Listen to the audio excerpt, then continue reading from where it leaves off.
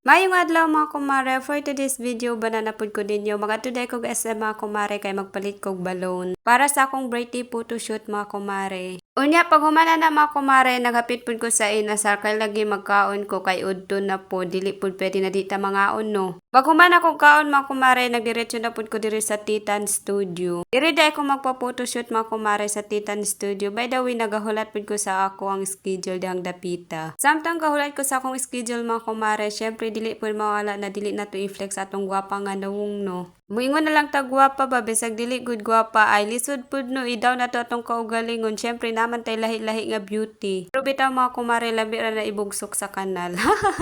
Pagkahuman na mga kumare kay wa man koy lingaw mao nag video call na lang mi sa akong baby love sa akong afam. Og mag video call jud mi mga kumare ginapakita niya pero ang iyang iring kay kabalo siya nga cat lover kay ko. Pretty kay yang iring mga kumare murag ako. Ana gani akong afamusahin mga kumare, mura daw kog nawong sa iyang iring, joke lang. Diyang dapitan mga kumare, ako nang gipaborot ang balon, kay lagi ako nagsunod sa photoshoot unya. Siyempre, mag-prepare tadaan mga kumare, kay atong oras, gadagan-dagan, wala ba yan nagahulat ang oras, no? So, maong gadali-dali po ko dang dapita, kay ako nang gitawag! Mo na ron, na ko diri sa studio nila. Pero nagahulat pa ko dang dapita mo kumare, kay lagi nagbayad pa tong nauna sa kuwagay na. So, maong, tara na, let's go! Ato anang train, no? First time po na ako nag-photoshoot diri sa ilang studio mo kumare, pero very nindot yun kayo, dili logi mo hang kwarta, kay nindot ilahang mga kuha. Makaingon na lang kag, wow, mubalik jud ko puhon, oy, pag nana ko'y kwarta. Dihang dapita mo kumare, syempre nag-post-post na ta dihang dapita, no, apak, ganon, bro, jud si Kinsa ba si Madam Manaw, Madam Baby,